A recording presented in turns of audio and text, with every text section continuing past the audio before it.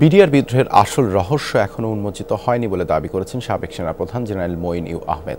এ ঘটনার পুনঃ তদন্ত করে দোষীদের বিচারের দাবি জানিয়েছেন তিনি।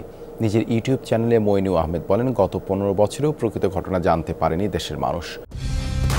কালার এক্সপার্ট, জর্জ স্যাপ এবং মাইল্ড অন হ্যান্ডস টেকনোলজি সমৃদ্ধ অরিক্স ক্রিস্টাল ওয়াশ আপনার লন্ড্রি এক্সপার্ট। 111-এর অন্যতম চরিত্র জেনারেল মঈন আহমেদ ভিডিওতে বলেন, বিডিআর বিদ্রোহের তদন্তে কোনো সাহায্যই করেনি তৎকালীন সরকার। এই ঘটনায় সেনাবাহিনীর তদন্ত কমিটির নেতৃত্ব দিয়েছিলেন বর্তমান স্বরাষ্ট্র উপদেষ্টা লেফটেন্যান্ট জেনারেল জাহাঙ্গীর আলম চৌধুরী। মঈন আহমেদ বলেন, সে সময় অনেকের অসহযোগিতা এবং অনেকে জেলে থাকায় তদন্তের কাজ ঠিকভাবে করা যায়নি।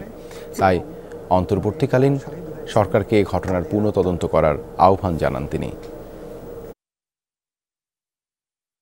বিদ্রোহের 15 বছর ধরে আমরা শুধু বিগত সরকারেরই কথা শুনে গেছি এবং প্রকৃত ঘটনা অনেক কিছুই আমাদের জানা নেই এবং জনগণও জানতে পারিনি।